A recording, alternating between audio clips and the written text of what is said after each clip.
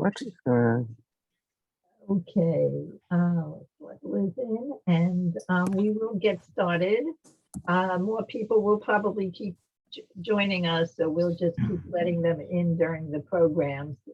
But I don't want to take up the time of those of you who are here. It's nice to see you here today. Thank you for joining us tonight. I want to remind you these are recorded, as you heard in a few seconds ago, so that people who can't join us tonight can join us and be able to benefit from this presentation later on. So we appreciate your consent by being here while we record this. We ask participants to remain muted during Carol's interview with Howard and Ellen, and there'll be time for questions afterwards. If something occurs to you during the presentation, please feel free to put it in the chat box and we can answer it afterwards. I hear some background noise, so I'm going to ask everybody to please mute. And if that continues, I can mute you for you. Oh, there you go. Georgetown Village is extremely fortunate to have both Howard, Ellen, and Carol with us tonight. Howard and Ellen have been very active volunteers, and particularly during the pandemic when we really needed our volunteers so very much. And Carol is our board president. Carol will be interviewing Howard and Ellen about their experience as entrepreneurs in America. Carol herself is the founder and CEO of Kelly Advocacy Outcomes Inc., which was or LLC, I'm sorry, which was founded in the fall of 2016 to provide clients with a broad range of support for advocacy activities throughout the country, covering both legislative and regulatory matters. The organization assists clients with strategies, tactics, knowledge transfer, ongoing counsel, and key contacts with policymakers of interest groups and other third parties. Carol has had an impressive career working as the Senior Vice President of Government Affairs and Public Policy for the National Association of Chain Drugstores, as well as serving as the Senior Executive Advisor of External Affairs for HHS and the Director of Office of Policy for the Centers for the Medicare and Medicaid Services. Currently, in addition to running Kelly Outcomes LLC, Carol also serves on the Board of Directors for the Society for Women's Health Research, as well as adjunct faculty to George Washington University's Milken Institute School of Public Policy or Public Health.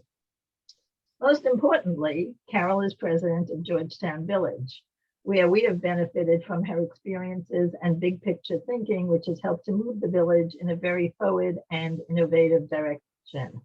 Howard and Ellen are co-founders of two very successful businesses, EuroSort Inc., a provider of high-speed sorters for retail and postal distribution centers, and United Sortation Solutions, which is an engineering manufacturing company that designs, manufactures, and installs automated material handling equipment for e-commerce and retail distribution centers, which I'm sure was pretty busy during the pandemic. Howard and Ellen are now serving as entrepreneurs in residence at Georgetown University. In addition, they both volunteer at Halcyon House. Ellen also serves as an adjunct professor at Georgetown University, teaching fundamentals of entrepreneurship, and serves on the advisory board of the HERA Hub. Howard runs the Georgetown Startup Accelerator for the Georgetown University alumni, starting new businesses, and serves on several advisory boards of startup companies. Both Howard and Ellen are very involved in the community. Ellen serves on the board of the Citizens Association of Georgetown, and both of them were very active, as I mentioned, in the height of the pandemic, helping our members grocery shopping and doing other assistance to our members. In addition, they continue to volunteer by shoveling and being available when we need them, and we really do appreciate our volunteers. We're really fortunate at Georgetown Village to have such qualified and helpful, useful, and knowledgeable members to present in this evening's program. I thank you all for being here. Again, I remind people to please stay muted, and if you have a question, put it in the chat, and we will be happy to ask it for you, or you can ask it for yourself later on in the presentation. So I now give you Carol and Howard and Ellen. Thank you very much, Lynn. And Lynn talked about how Ellen and Howard have volunteered for Georgetown Village. So let me just start by telling you briefly, the first time I met Howard and Ellen, they came to my back porch and helped put together a heat lamp for me so that I could sit outside and eat and enjoy the outdoors. And she said they have a way with mechanical matters. And then later I learned what Ellen and Howard had done in their business. So I can tell you, the heat lamp was together really quickly, and I very much appreciate it. So thank you to both of you. I'm going to be doing the interviewing tonight before participants jump in and ask questions. I noted on February 15th that Axios, which is an online newsletter, had an edition called "Everyone is an Entrepreneur." And the article, when you scroll down in the edition, said, pandemic era small business boom, that 5.4 million applications had been filed in 2021 for people to start their own businesses. And this was a jump from 2019 of 53%. So what a timely conversation for us to be having as more and more people want to work for themselves and view themselves as entrepreneurs. So I have 5 questions here that Ellen and Howard are going to answer, going back and forth, and whatever else obviously comes up with you. So question number 1, what is your definition of entrepreneurism, and what type of people make the best entrepreneurs? Okay, Carol, thanks for having us, and happy to always be part of the village and anything we can do to help. So I guess, you know, the basic definition of an entrepreneurship is starting a business, taking on the risks, and also hopefully enjoying the rewards of a successful business. The type of people that are best is such a huge variety. Sometimes you would look at somebody's background or profile and think, oh, they would make an amazing entrepreneur. Sometimes you look at somebody and think the reverse. But really, there's some basic personality traits that we have found both in the people that we work with, some colleagues. And really the first thing is that you really need to be passionate about what your business is going to be and what you're trying to achieve. It's such a hard journey. Even when you're successful, it's a lot of work. It's a lot of effort. It's a lot of giving up your time. You know, there's no such thing as not working when you're an entrepreneur. You need to be available 24/7 to your business. So you really need to be passionate about what you're doing. You really, really need to love it. So we think that that's really the first necessity to be a good entrepreneur, to choose to become an entrepreneur, being very passionate. Beyond that, somebody who is really good about making decisions, because so often decisions need to be made and you don't always have all the information you would like to have to make a decision, because things haven't been done before. So you have to be somebody who's comfortable making decisions in an ever-changing environment, and maybe again without all the information that you would like to have. In addition, you have to be flexible. Things happen that you don't expect. Every day could be different. You could be driving to work thinking that you're going to do A, B, and C, and you get there, and by the end of the day, you haven't even gotten to A, because so many other things might happen. Fires you need to put out, opportunities that pop up that you need to address. So you really need to be flexible as with your day, with your personality, with the people you interact with. There's also, you know, a pretty likely chance that you're going to fail.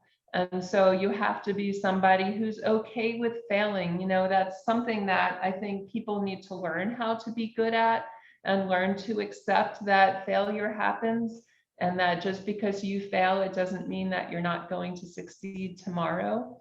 And so if you're somebody who can accept that things aren't always going to be done correctly the first time, and that you're willing to pick up and start again, to have the confidence to know that, okay, you failed today, or you failed in this task, or maybe that meeting you just had wasn't really how you intended it to go, or maybe an interaction with a customer or an employee wasn't really, you know, what you hoped it would be. you have to have the confidence to know that, okay, next time I'm going to do that better, because it's such a learning opportunity. You try things out, see how they work. Hopefully they work great, but if not, you have to be willing to say, okay, I need to do that differently the next time. And finally, and then I'll let Howard jump in, but the willing and the ability to do anything that's needed. In our company, a real no-no was for somebody to say, that's not my job.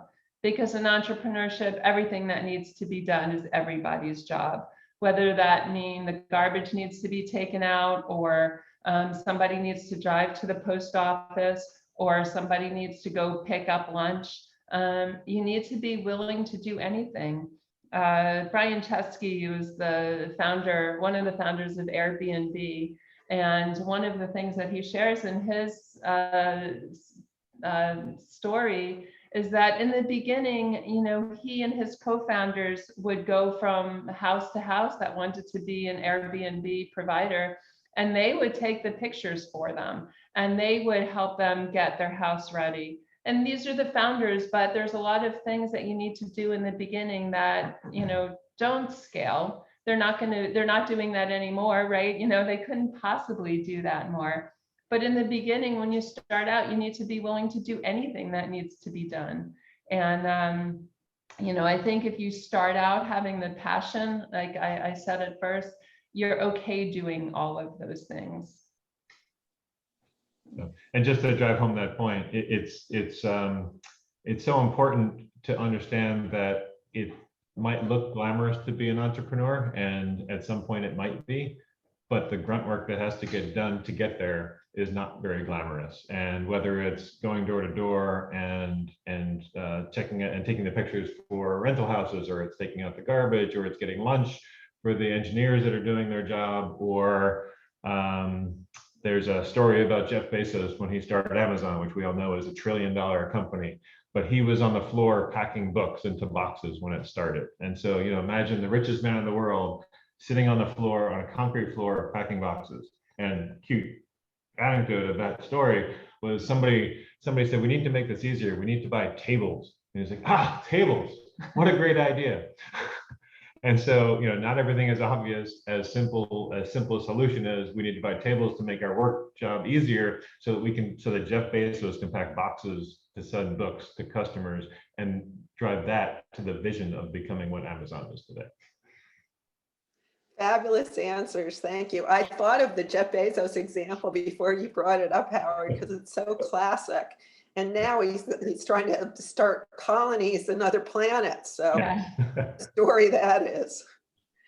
Okay, second question. In the American thought process, we seem to believe America has the best entrepreneurs in the world. Do you agree or disagree, and why? It's a great question, Carol. And as you said, 5.4 million applications for new businesses in 2021. So there's certainly a lot of entrepreneurs that are in the United States. In fact, I think it's 2/3 of all employees are employed by small businesses, which are entrepreneurially run. So I can't say it's the best country in the world, but I can say it's certainly one of the best countries in the world. There's lots of different ways that people rate what the best countries are for entrepreneurship, and the US is always top 3, top 5. It's always up there. Sometimes it's number 1, sometimes it's less, but it's always up there. What makes it a great place to start a business is that it has a great ecosystem for entrepreneurs. There's great access to education, like GW, like Georgetown, and thousands of other schools for people to get educated. We Americans are innovative. We're cowboys, right? We're an innovative bunch that always has ideas, and that leads to new business startup. The infrastructure that is available to entrepreneurs, whether that be access to outside people that are lawyers, that are accountants, that are marketing people, that are salespeople, is plentiful and everywhere. So it's small businesses helping small businesses to get on their legs so that they don't have to do all those things themselves, internal to the company when they start. access to capital, to money. There's lots of people that want to bet on a little guy to run their company and make it a success. So access to capital in the U.S. is incredible, and they're certainly probably better than any other country in the world. And then, as Ellen said before, failure is an acceptable thing in the United States. It's not acceptable everywhere to fail. We had a group of entrepreneurs into Georgetown from Italy, and in Italy, if you're the CEO of a company that fails, there's probably zero chance that you'll ever become a CEO at a company again. So failure is not acceptable in Italy, but it is acceptable in the United States. You see many successful founders that on their resume, you see a failed company, and then a successful company. That is not typical in every other country. And 80%, depending on who you listen to, somewhere between 70 and 90% of new companies fail. So it's going to happen. And we understand in the United States that you learn from those lessons and you move on. And sometimes the second time you're a whole lot smarter. So, but interestingly, also I thought 20% of Fortune 500 companies, while taking advantage of the infrastructure in the United States, were actually started by immigrants. And so since the United States has a great history of immigrants coming to the US, immigrants wanting to work hard, taking advantage of the ecosystem in the United States for entrepreneurship, that's a great recipe for success. The American dream. Yeah. And I think also, just to add a small bit about the opportunity for women and minorities in our country. As a woman business owner, it's hard, right? There's a lot of social challenges that you need to overcome, a lot of attitudes that you need to overcome. But our country does support female entrepreneurs. There's grants that are specific for females who want to start a business. There's all sorts of mentorship and other opportunities for women and people of color to maybe succeed in other countries where there isn't that opportunity that specifically supports other than the white male to be the business leader. Part of my journey after we sold our company is specifically to support women business owners and entrepreneurs, because I certainly understand the challenge that goes along with that. Great answers. Thank you very much. And the next question relates to our audience in some respects. Is it your experience that entrepreneurs exist across the age spectrum, including among seniors? Great question for the audience and the community in Georgetown. I read a statistic recently from the Kellogg Institute that a 60-year-old is 3 times as likely to start a successful company than a 30-year-old is. And so when you think about it, with age comes wisdom, and we're all very wise on this call. But so that's positive. On the negative side, with age also comes comfort. If you're used to having a job where you're working at a large company and you have people that do your mail and you have people that sweep the floors and you have other people that do things, you do a niche that's your job because that's what you're good at, which is great. But it comes with comfort. So you don't necessarily want to be the jack of all trades and have to do everything in a new company. But there is a trend recently, which I find kind of fascinating, that senior citizens are partnering with college students or recent college grads to start companies, which I think is wonderful and really interesting. That it brings the best of both worlds. It brings age and wisdom and experience together with energy, enthusiasm, and naivete. Because naivete should not be discarded as a really important factor in entrepreneurship. But it brings those factors together to start a business. And I find that a really interesting way to go about it.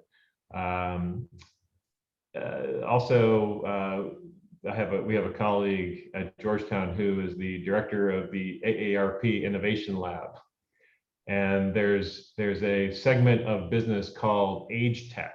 And for some reason in entrepreneurship, everything has to end in tech. And so age tech is technology or products that are focused at senior citizens.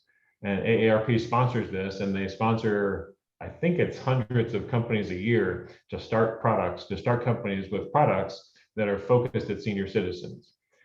And if you think about it, who knows better about what a senior citizen needs than a senior citizen? And so as we talk about what you do first to start a business, the number one thing is to define a problem. And who better to define that problem than a senior citizen? Ed? No, I think that's, certainly all of the highlights. Having the interest is really going to be where the spark would come from, I think, for, a senior who is ready to start something new. Well, and you may have given us a new program to think about for Georgetown Village. Absolutely. Seniors and young people, here come the new businesses.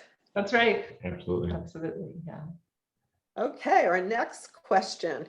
If one of our members are volunteers and maybe you pointed us in somewhat of the right direction here, had a dream for a business they wanted to start, how do you suggest getting started? Do we find a young person or capital, or where do you get started? So I think the first thing somebody needs to ask themselves is, what is their motivation, right? Do they feel like they have what we call a hair on fire problem that they think they can solve, something that absolutely needs to be done right away? Do they feel that they have experience that they want to share? A lot of people have spent an entire career becoming really good at something. And then when you retire, you're no longer doing that thing. And there's a lot to be said for, continuing to share your experience. So really the first question I would say is, what is your motivation? Why are you thinking to solve or to start a business? And then the second question I think you need to ask yourself is, what does success look like to you? Not to your neighbor, not to your children, not to a friend, but what does success look like to you? Are you looking to build and grow a huge company?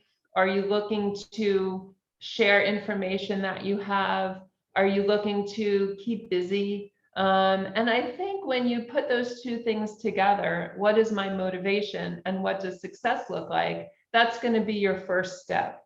And perhaps after really giving a hard think about those two things, maybe the answer is not starting a business, because again, going back to our first answer, starting a business is an all-consuming, risky journey. And is that what you want? Or maybe you can satisfy the reason that you're thinking about starting a business by maybe joining another business, or maybe becoming involved in an association that's related to something that and then you can volunteer. Maybe it is starting something. Maybe you really do have something that's unique and something that nobody's done, and that solves a hair on fire business. And starting a business is something you do, but I think it should be something that's very purposeful and not just, oh, I have a great idea, I should start a business, let me get started. I think there's a lot of self evaluation that should go on, because it's a lot of work and it's hard. And chances are you're not going to be successful. So you want to really have the passion and have the purpose in order to really take that first step towards starting your own business.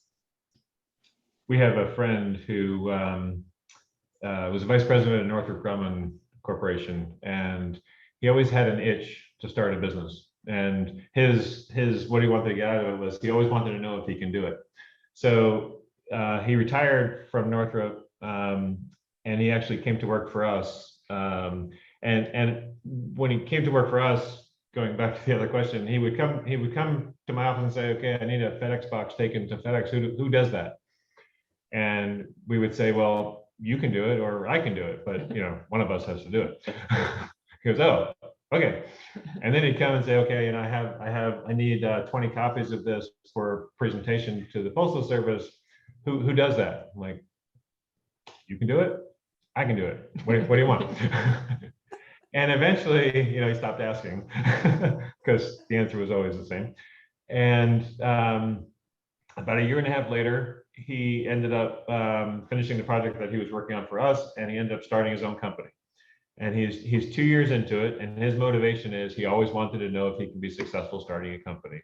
And his answer so far is yes, he's doing a great job.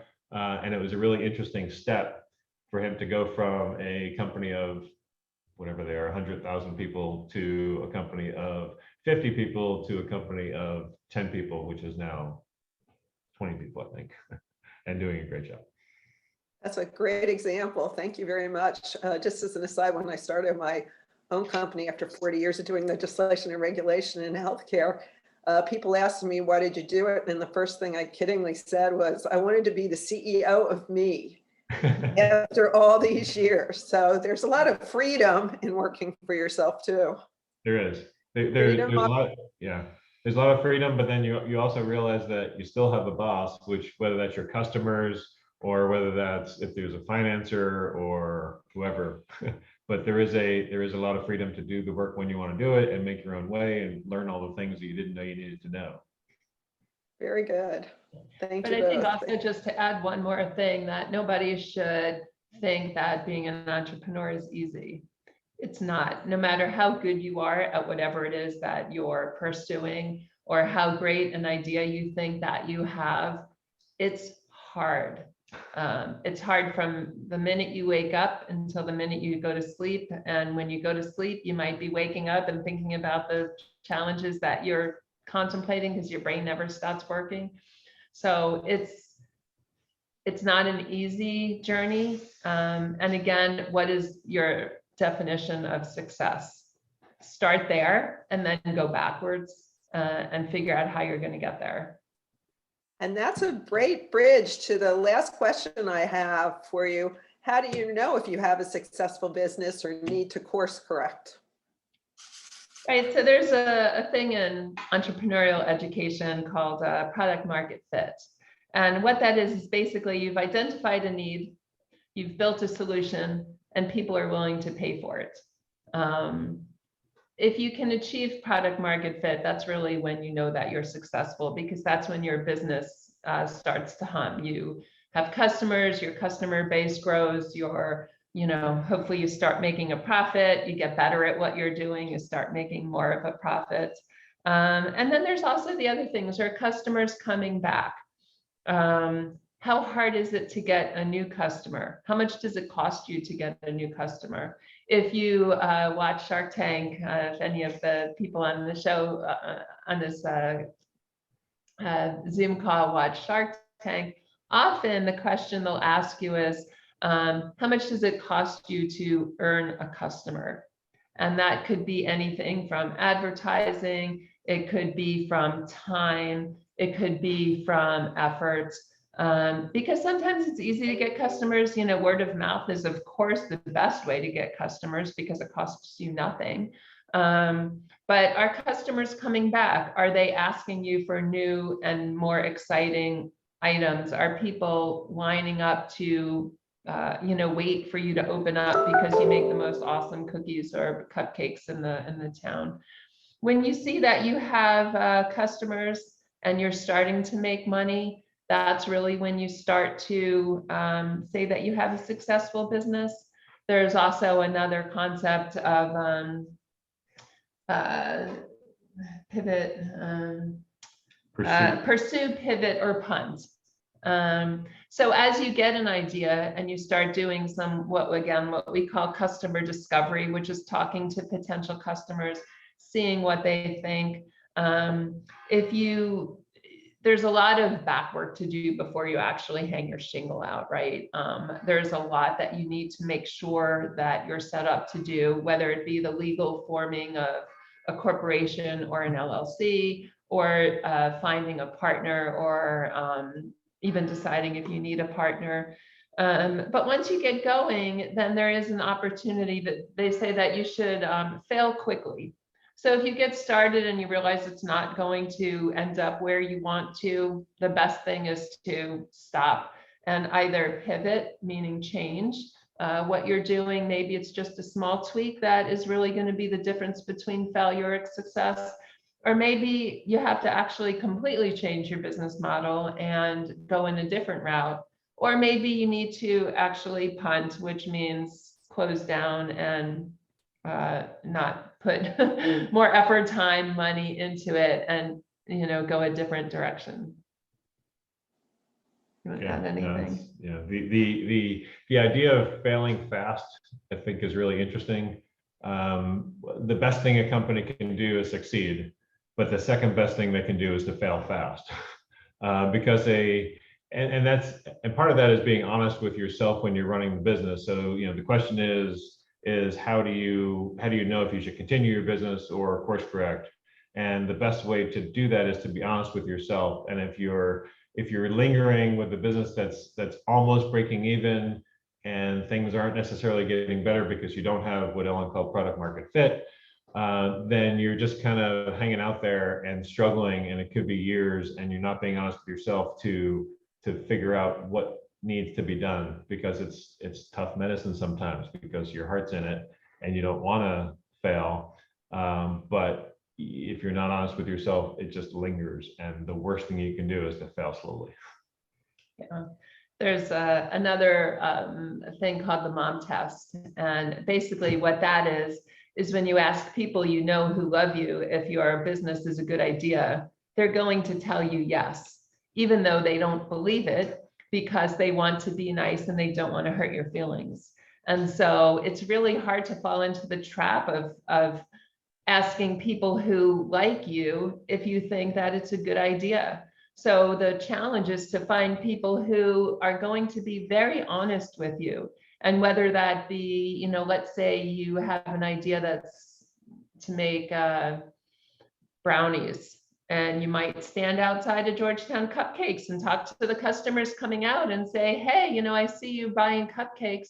Would you be interested in a brownie that does X, Y, or Z? Or what else might you choose to buy instead of a cupcake? Making sure it's not a leading question. And you might find out that brownies are really not something that people like, but they might really just tell you that they love a cake, or something else that maybe you weren't thinking about. But finding out what people think about your opinion without actually saying, hey, do you think this is a good idea? Or asking people who love you if they think you should go ahead. We very often hear from the entrepreneurs that we mentor, people they love who say, oh, you're so good at that, you should open a business. I just recently spoke to a woman who was supporting new mothers, and she helped her nieces and nephews get through some challenges. And they said, you should do this. You should open this as a business because it was so helpful for me. And now she's pursuing it, but I think there's a lot that she needs to make sure it's not just the people who love her who think it's a good idea. So Ellen chose brownies because I made really, really good brownies yesterday. Good. This is true. And it's really bad to have really, really good brownies in the house, because then you need to eat really, really good brownies whenever you pass by. And so I kind of love and hate these brownies at the same time. And not that we're going to sell them, but it is true that you need to, when you give somebody a brownie is a good example. Give somebody a brownie and go, taste these, they're great. Let me know what you think. It's like, okay, if I say anything but they're great, I'm going to be disappointing that person. And so the part of the mom test is to understand how to ask people for their opinion without putting words in their mouth, or without leading them on to just want to give you kudos for Oh, that's a great idea, Ellen. You should do that. Well, what these 5 questions and your responses have shown me is that you have incredibly lucky students. And I'm sure they're energized by your teaching them what you know and making that kind of contribution to the economy and society. So thank you very much. I've learned some things to think about for my own business. Thank you.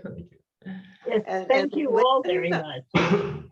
Lynn, Thank you I all would very take much. you. This has been very interesting, particularly, you know, as I commented, I think that in many ways, what you were talking about is pretty similar to starting a village, you know, in terms of doing everything and, you know, kind of not getting done what you think because the phone keeps ringing and who knows what's going to come up. And so although not an entrepreneur, I do, you know, understand and relate to what you were talking about in terms of starting a business. And I thank you. We are now opening the floor for questions. And so anybody who would like to unmute, Risha, I see your hand and I'm going to give you the stage first. Thank you. Okay. Excuse me. One of the things that I've seen happen a number of times is that people in my field have great expertise, excuse me, great expertise. They go off, they start their own little business. Everything's fantastic. And then they get very busy and they hire some people. And suddenly the quality of everything goes down. Things are late or at the last minute. Do you have any advice for people for that next step? And then take this. Yeah, well, there's a couple of thoughts there. One is that there's a running a one-man operation One and- woman. or one woman, one person operation. Sorry. There's a lot to be said for that. You control the quality. You don't have to worry about payroll other than yourself. You don't have to worry about babysitting other people and training other people to think like you do. And so part of the thought is to consider, maybe I just want this to be a boutique consulting firm and I don't need to hire people. The other thought is, if you then make the decision, yes, I want to hire people and I want to grow it, then you need to make sure that your values are clear and that your way of working is clear, and that when you hire people that will work to those values and to the way that the system that you have set up. And while you might hire somebody that's equally good to you, but they think differently, that might not be the right fit for your business because you want people to think like you do. That's interesting because I think people go the way you said not to go. They're going for somebody with the expertise. And Yeah. that I think is very good advice. Thank you. And I think also, if I could just add something, a lot of things that entrepreneurs don't think about when they're starting a company is the challenge of having employees. A lot of people think, yay, I get to be the boss, but choosing the right person and having them, as Howard said, be the kind of person you want as the face of your company, to work to the same expectations that you have of yourself. It's hard, right? It's hard choosing the right person. It's hard managing somebody, especially in Zoom age where the expectations are of greater flexibility and working from home and a work-life balance. You know, when you're an entrepreneur, there's no such thing as a work-life balance. And in the earlier stages, the person number 2, number 3, number 4, they don't get to have a work-life balance either. And so choosing the right people is incredibly hard. And just like succeeding first, failing quickly, it's very similar. If you have a bad hire, you need to get rid of that person quickly because they can really poison other employees, poison customers. And it's a very hard aspect of growing a business is managing your team. And that cultural fit is more important than their aptitude, because You want each new person to work together with the rest of the team, because if you have 10 people or less, if you have 10 people, one new person represents 10% of your workforce, but they can completely screw up the company culture. Interesting, very interesting. Are there any other questions for Ellen and Howard? So I have one.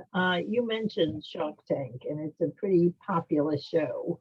My daughter turned me on to it, who is not an entrepreneur by any expression, but she likes watching and hearing about new ideas. And so based on the show, I'm wondering, what about the ideas that have come to you? Have there been any that you thought, gee, this is just not going to work, and somebody like really surprised you? Yeah, so that's something, Lynn, it's funny that you say that we have really had to learn to not give our opinion, because it's not our opinion to give, right? If we're mentoring somebody and they come to us with an idea, they're not asking us if we think it's a good idea or if it's a bad idea. They're asking us to help them, start a business. But it is hard, right? I mean, as you're watching Shark Tank, you jump to these conclusions. That's a great idea. That's a terrible idea. I wouldn't buy that, but I could see how other people might. And so it's very hard to kind of check your initial opinion, because maybe you're not the customer segment that particular item is selling to. For example, I'm not a hunter. If one of the products on Shark Tank that came out had something to do with hunting, I forget what it was. But I could say at the time, okay, I'm not a hunter, I wouldn't buy that, but I could see how that could be a successful company. And so you really do need to check your own opinion. Yeah. And just look at it from the business side. Do they have product market fit? Are they committed? Are they passionate? Do they have a path forward from where they are? And we just have to try and take them where they come to us and help them move forward. But it's hard. Inside, you always think, oh, that's a great idea, or oh, that's a terrible idea. But to help us do that, we look at things like Twitter and Facebook and dating apps, and when they came out, I don't know that we would have said, oh, that's a success. Or Airbnb. Would any of us have said, that's a winner, you should put everything into that? And that helps us to say, when somebody comes to us with what we think is not a great idea, to say, okay, here's the steps, here's how you go validate your problem, here's how you go validate your solution, here's the process to go through. And that's the better thing for us to teach them. Here's the process, go through it, learn on your own whether it's good or bad, and then move on from there. And those are great examples, because as you mentioned, I mean, Airbnb, who would have thought, oh yeah, strangers staying in your house, they're going to pay for this. Exactly. And yet it's a phenomenal idea. And I myself have used it to travel around the world. So there you go. It's just not what you expect. I see we have a question in chat, and then Hans, I see you'll be after the question in chat. So in chat, we have somebody, Francis is asking, can you tell us the story of your own former business? And pick one. I know you've had 2 successful businesses. Francis, if you can unmute and talk a little bit about what you want, because we have so many stories that can give us an idea of where to start. Sure. Just I'm fascinated by you talk about having a passion for something and seeing a need, recognizing a need, and all of that. So I'd be very interested in that. Maybe a little bit also about how you finding the capital for it, and so on and so forth. Looking for investors or bank loans. I mean, the whole financial thing, of course, is a great big consideration as well. Yeah, it's huge. Yeah.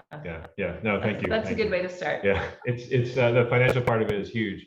We interestingly didn't get any financing to start our company. We had a silent partner that put a little bit in at first, but we sold large industrial equipment, and we would ask for 40% of the money down. So our first customer was a small jewelry company in Cincinnati, Ohio, and it was a $600,000 sell price.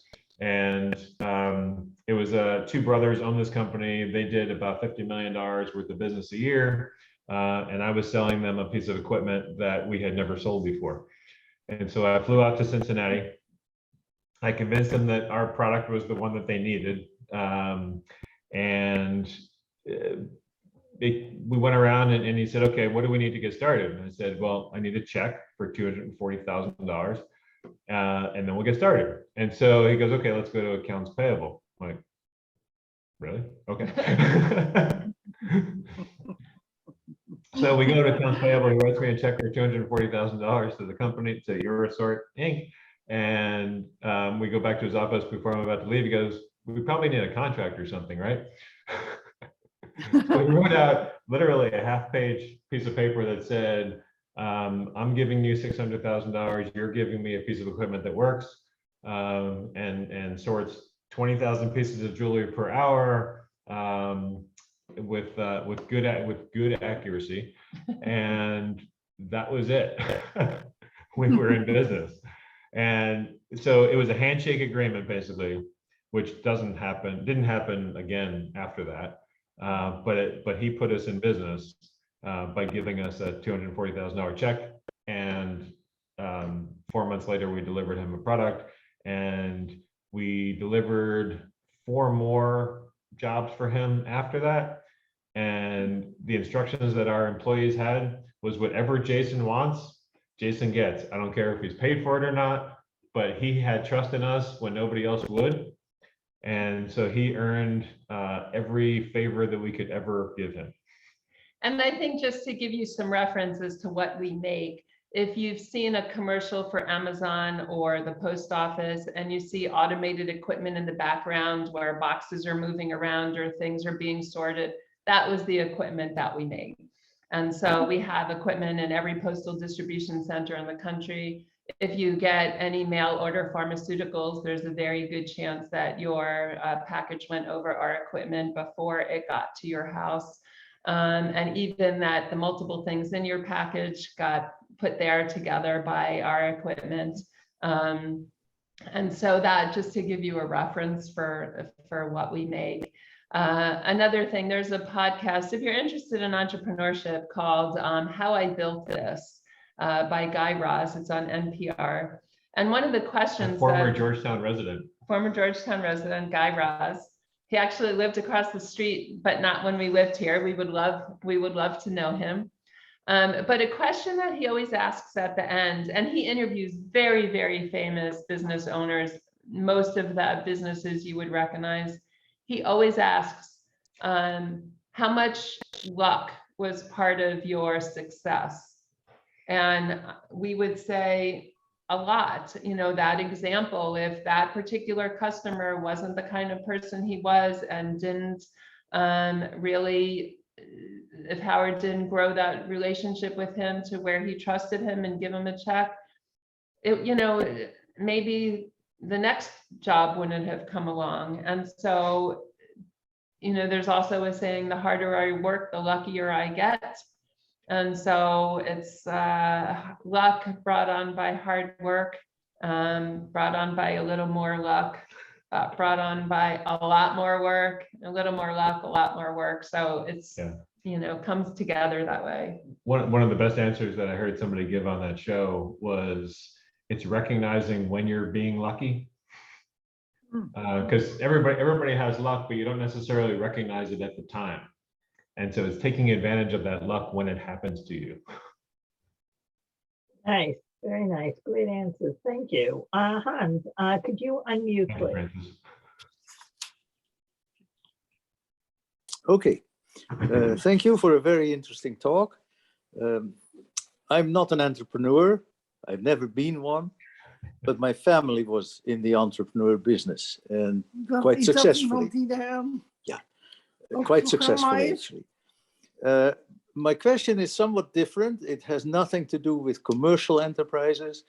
It's more in the realm of non-profits, because non-profits face the similar problems as starting a company. Absolutely. So I have been involved in several nonprofits, mostly in the artistic community, setting up a concert series, for example. I've acted as a concert impresario for 25, 30 years in the Chicago area, and have started several presenting organizations where we hired artists of name and got the venue and then presented this to the public, again, for payment, of course. Dat is fijn dat So je dat ontdekt hebt.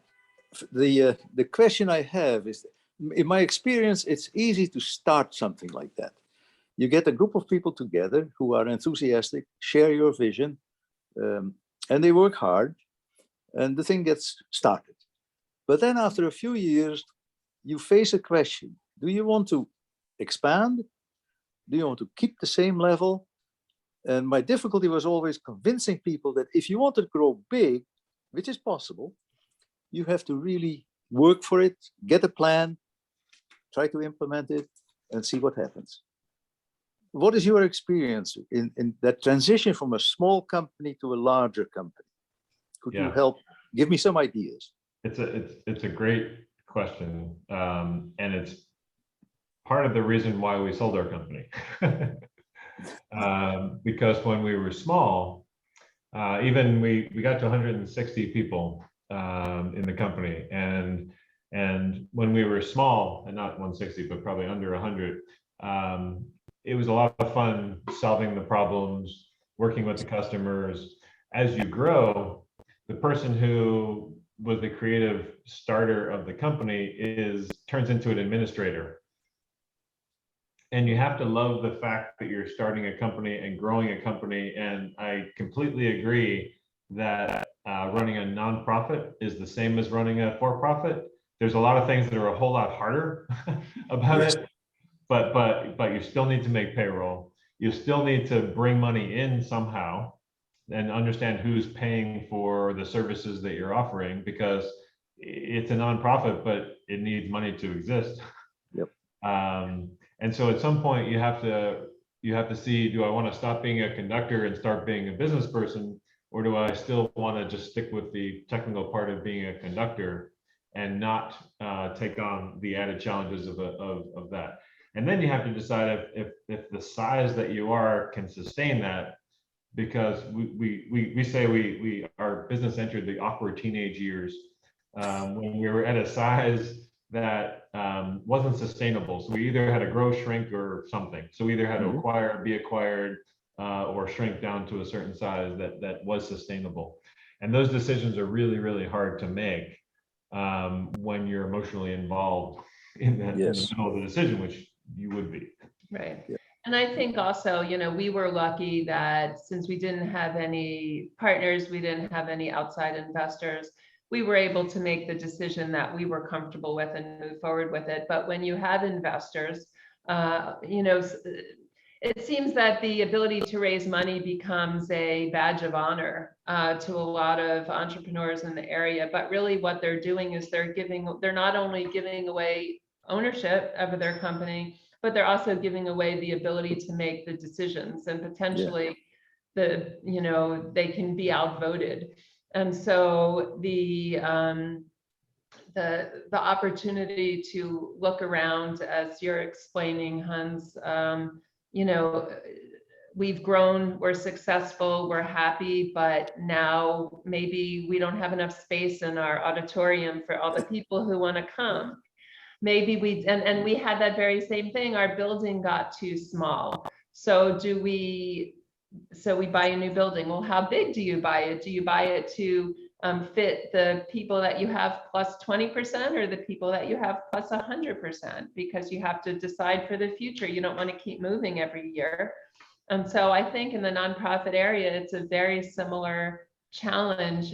You get to a part where you naturally grow and everybody works together, and adding more musicians in your case or more performances is just a natural fit and it works. But then you get to the point where it doesn't work anymore. And I don't think that we have the magic formula to decide you know, if you should move forward or if you just should be happy with the size you are and stick with it. But I think, like you said, nonprofit or for-profit companies, it's a challenge that everybody has to face if they stay in business for any amount of time. Thank you very much. There's a bike fitter guy who customizes bicycles that we go to, and he used to work for a large company, and now he and his wife work alone. And his waiting list is, if you make an appointment now, you can get an appointment at the beginning of June. Or more. Yeah. And so he's very busy, but he's made a conscious decision. He doesn't want employees besides he and his wife. And so he's found the right size that he wants to be. He doesn't want the headaches of employees. He doesn't want to have to train employees. He doesn't want to have to lose that quality that he knows he gives. And so he remains the size that he is, and he's very happy doing that. So he's found what his right size is. His niche, yes. And that's really important. Okay, thank you. And I think that kind of brings us back to where we started, right? Like, what is your motivation and what does success look like to you? And you kind of have to make your decisions based on the answers that you know and that you feel for yourself. Very nice, very nice, and absolutely brings us full cycle. And are there any last questions before we end tonight's program? Thank you all so very, very much. I think this was an excellent program. I know I found it fascinating, and I'm sure our participants did as well. We will be sharing this on our YouTube channel.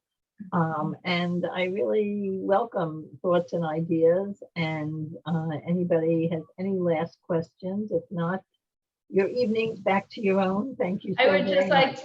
to offer up, Lynn, that Howard and I are both open to you sharing our email addresses if anybody has questions or would like some mentorship or opinions on some ideas that they might be poking around, or just brainstorming ideas. Brainstorming, or if they need a heater to be put together. We're experienced heater assemblers. Your heater assemblers, your shoppers, your And we have all sorts satisfied of customers. Yeah. But I think we're a 5-star on ratings. right, 5-star rating on Georgetown Helpful Village for sure. That's right. Thank you for all you do. Thank you for being here tonight, and thank you for your generosity and being willing to share your contact information. Carol, thank you as well. This was very well done and excellent as always.